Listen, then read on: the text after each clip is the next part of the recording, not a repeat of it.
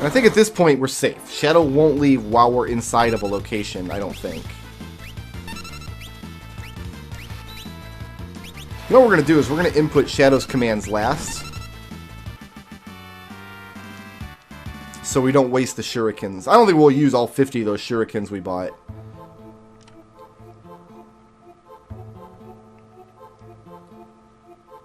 What a gorgeous scene this is. Like, this gorgeous sprite work. You almost wouldn't think it's made out of, like, just standard tiles. Absolutely gorgeous. We are going to need to do it here, though. Throw a shuriken. But even with those strength-boosting relics, Cyan's regular command, I mean, he's just outpaced. He's just outpaced. But we love him anyway. Oh, there's a train back there. Interesting. Interesting.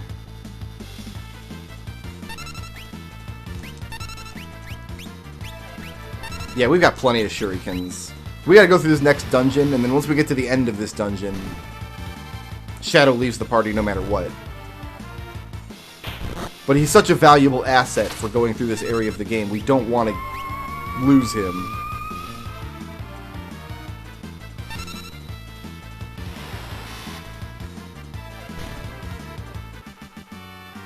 But every time you see Shadow cheer at the end of the combat, it's like, oh good, he's still with us. We're not going to waste the potions, actually. We'll heal him once we get into the train.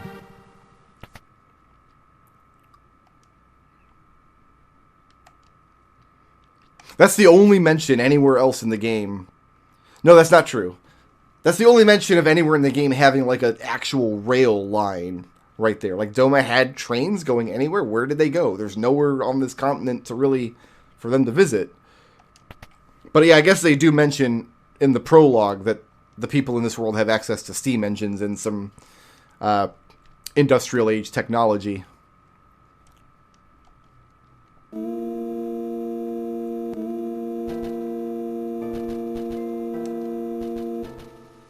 Oh, we're on the Phantom train now, kids.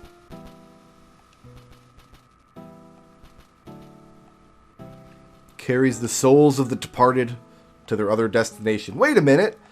That's the opposite direction of where we want to go. Sabin's such a badass. He's like, you know what? We're going to stop this Phantom train. So let's see. We're going to hop in here. Here's a switch. But Cyan doesn't want to screw with it. Cyan's a technophobe. He doesn't like machines. This is really cool character banter, and that's something that's kind of missing from a lot of sections of this game. Because we'll reach a point where you can build whatever party you want, and they didn't really take the time in this game to... let's see here. I'm going to use a sleeping bag to heal Shadow, I think. There we go. They didn't really have the development resources to... Do we have to talk to this guy? How do we stop this thing? Like, whatever four-person party you build, they didn't really have the development resources to make sure that there was dialogue regardless of what you did. So the dialogue in this game, in any area where the game doesn't know who's in your party, tends to be very generic, which leads to some strange situations, especially in cases with, like, Cyan, who has a particular way of speaking, how he speaks in a more formal, kind of Shakespearean voice. But any situation where the game just needs a line of dialogue and doesn't know who's in your party, for some, like, it just puts up a generic line of text and attributes it to whatever character happens to be on screen. And if that's Cyan, then there's that disconnect there. We're going to run ourselves out of potions here. That's fine. Sometimes these ghosts will join your party if you talk to one of these ghosts. But I've never found the ghost to be all that useful. So we're going to pass on the ghost and just let Sabin aura cannon his way to the front of this train.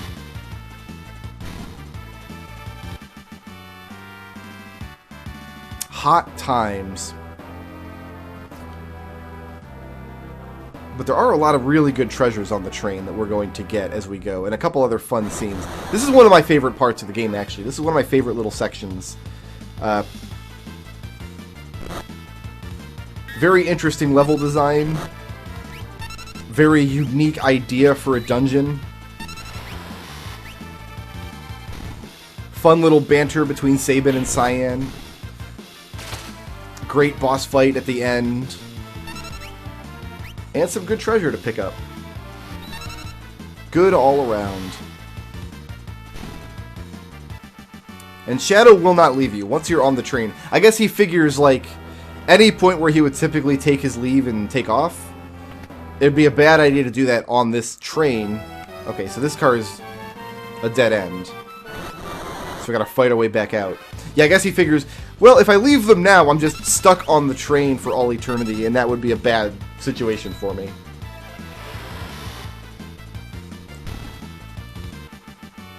I never did put Shadow in the back row. Oh well. See, like right here, these lines of dialogue, the idea is that your party leader is saying this. Who's there? It came from over here. But the game doesn't know who my party leader is, so it just puts up generic text. It doesn't tell us who's speaking. It doesn't put their character portrait in the text box. So if you have Cyan leading the party right here, it sounds kind of, I guess, anachronistic, because the text isn't written for Cyan, it's written for whoever.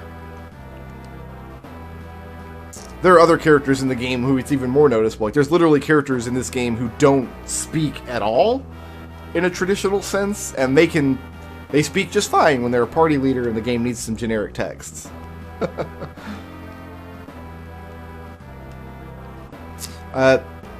That's something that they did very well in Chrono Trigger, actually. Chrono Trigger has pretty much any scene, has a line of dialogue or two for pretty much any character who might happen to be in your party. But that game only has 6-player characters that matter.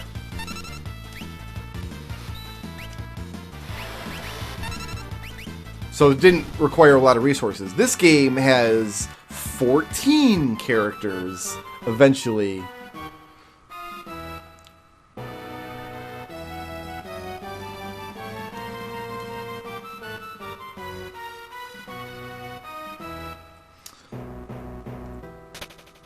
And then much later on, they solve the problem just by kind of every character is in every scene, even if they're not in the active party. By the time you get to, like, Final Fantasy 9 and 10, like, 9 doesn't give you a lot of control over who's in your party at any point in the game until very, very late. At which point, a lot of the story and character development stuff is already behind you. And you just got, like, dungeon hacking left.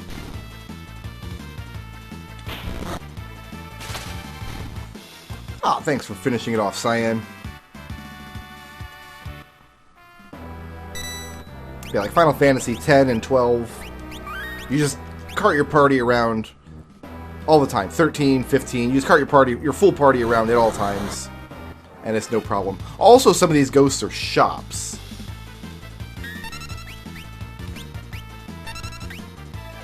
But then some just fight you. Ooh, there's the takedown. Ah, get him, Interceptor. Love it. So yeah, there's an interesting way to give another character the ability to counterattack if you use that blue magic skill. I don't know if that trick still works in this version of the game. Maybe we'll play around with it later. Much, much, much later. It's very late in the game that you can do that. You can also lose Interceptor entirely, though. Say, okay, so you have your blue mage. Your blue mage casts Rippler on Shadow, takes the Interceptor trait away from Shadow. Now your blue mage has it. Then your blue mage casts Rippler on a goblin. Now the goblin has the Interceptor ability, which I don't even think is programmed to work on enemy stat blocks. But then you kill the goblin and end the fight. Well, now your Intercept ability is just gone. Ghost food is delicious. Do I look like a waiter to you? You do. Thank you, Ghost Boy. Sorry I had to murder a lot of your undead friends who were attacking me on the way. Also, that meal did refill our MP, which I was very worried about because, as you can see, the characters only have 0 MP. Actually, they don't even have 0. They just have nothing. They don't even have an MP stat yet.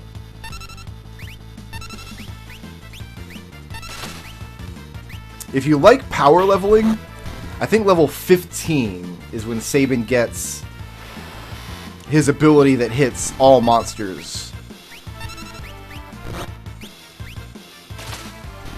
But power leveling him to 15 at this stage in the game, like, who wants to do that grinding? And then if you do, you miss out on 2 or 3 levels of Esper stats for him.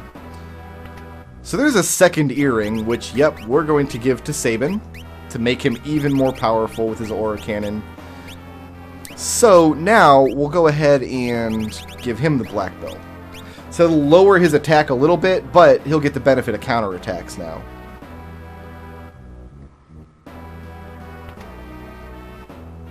Oh, there's something in that room. Is this the Siegfried room? It is the Siegfried room. We can't open that chest from the side. We gotta open it from below. So here's Siegfried, a character who doesn't matter and barely exists. There's no reason to go to pontificate on Siegfried's meaning in the plot, because as far as I can tell, he's absolutely meaningless in every sense of the word. How much damage do we get off the level 1 Bushido attack? Actually, he might seal his own fate here if he attacks Cyan. Yeah, because Cyan's going to counterattack that. Oh, I guess he didn't. What does this level 1 Bushido do? Used to be called Dispatch, now it's called Fang. Yeah, I guess that's better than just his regular attack.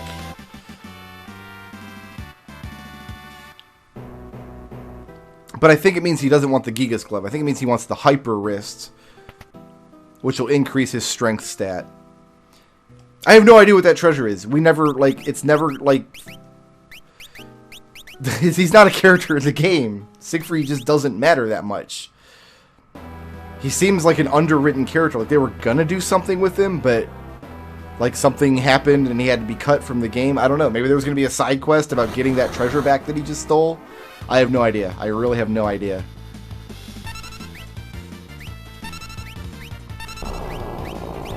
So yeah, we can just use Fang as his regular attack, I guess. And we did give him the plus 20 strength, so that Fang should be doing some good damage now. I thought we were going to see an Interceptor Fang there for a second.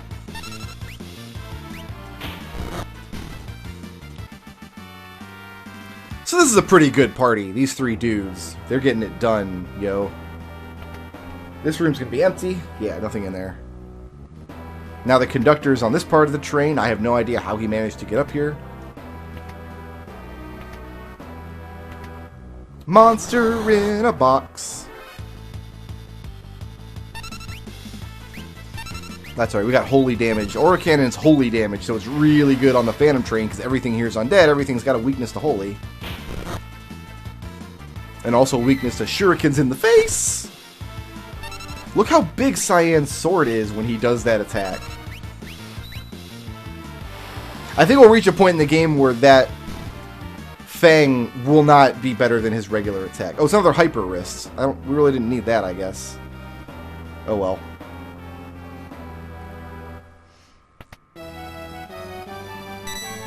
We'll go ahead and... I guess we'll just use a tent here for the heal. No, you know what? We got a lot of potions left.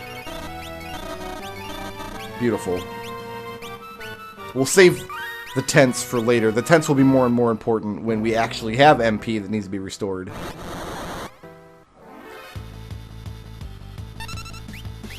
Let's nope this bomb in the face. We always fight on top of the train, even when we're down here. Alright, so in order to stop the train... I forget where this clue is in the game. I have no idea, but you gotta hit the first and the third switch, then go outside and turn off the smokestack. That clue is somewhere on the train, but I forget where. And I probably never knew because, again, the strategy guy just told us what to do, and that was it. Oh god, run away from the train! I love this boss fight. I love this boss fight. We're gonna tear it up.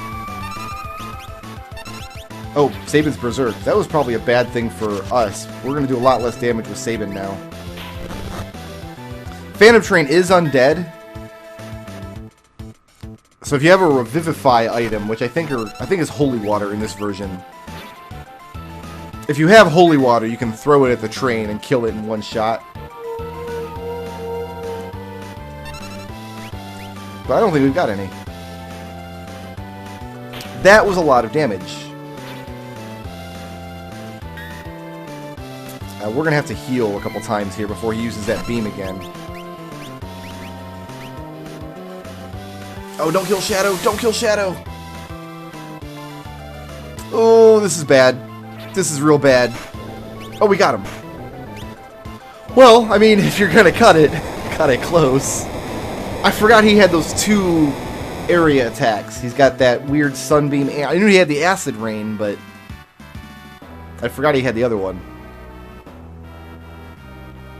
So, this part of the scene, like this part of the game here, again, there's a lot of scenes in this game that they just exist for the story, to bolster the story, and this part here is, oh, it's a gut punch, man. It really got to me the first time we played this game. Like, the strategy guide told us what was happening. This is what's happening in this scene when you kill this boss. But, like, seeing it on screen really did. It was maybe the second thing in a JRPG, in a Final Fantasy game specifically, that really, really gave me the feels. The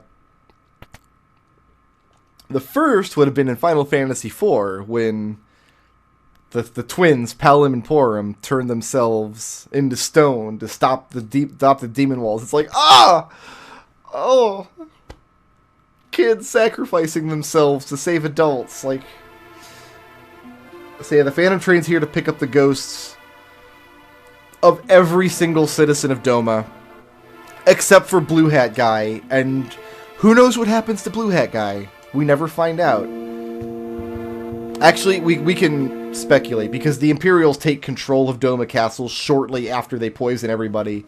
If you go to Doma Castle at this point on the map, it's got Imperial soldiers, they don't let you in. So, presumably, they found Blue Hat Guy in the castle and kill him. That's, I mean, realistically speaking, that's what happens.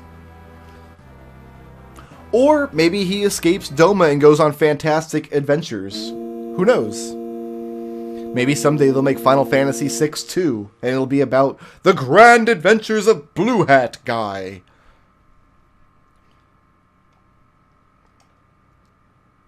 So yeah, there's nothing you can do here. Cyan doesn't want to move. Now, the first time I played this game, this scene, because you have to wait out here. You have to wait for Cyan to move from that spot. Nothing else happens until the fade out here. This is a bad situation to be in. Now we're going to, we'll use a high potion and a sleeping bag here is what we'll do. We don't need to worry about Shadow. You used just over half the shurikens we bought. Shadow's about to leave us anyway. So we're fine here.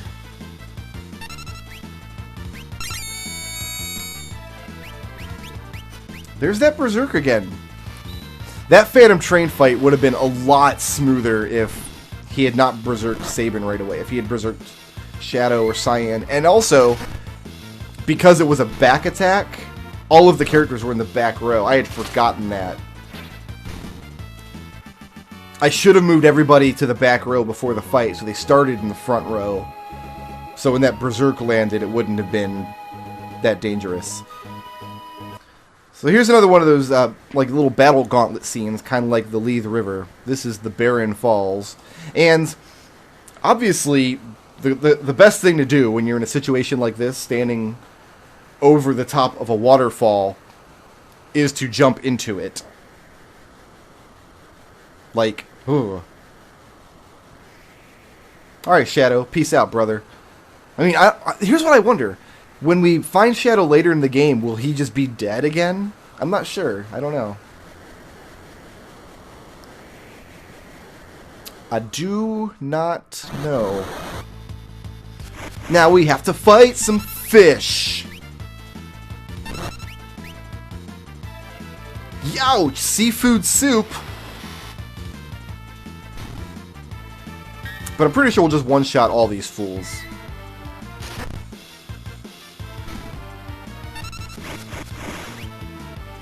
So, just for knowledge's sake, Cyan's level 2 Bushido, which you could reasonably select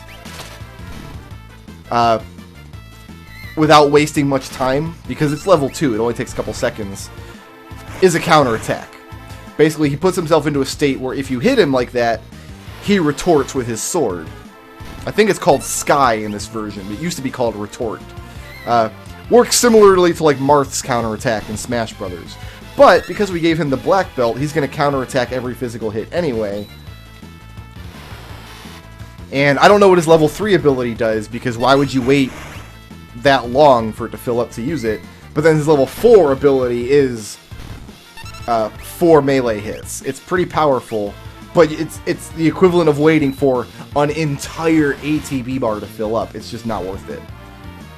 Unfortunately for Cyan.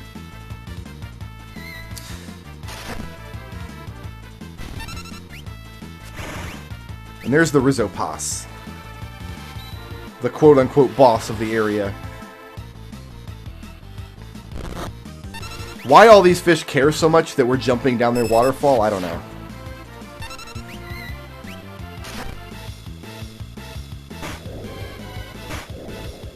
I mean, he dies like a boss, so...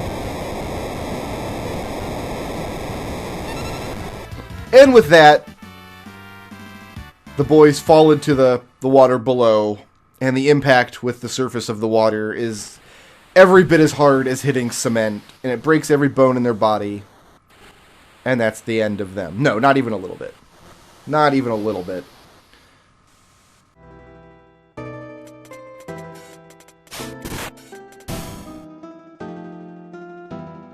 Shoutouts to Lancer ECNM for sponsoring this video, and to everybody who helps make my channel possible by supporting me on Patreon.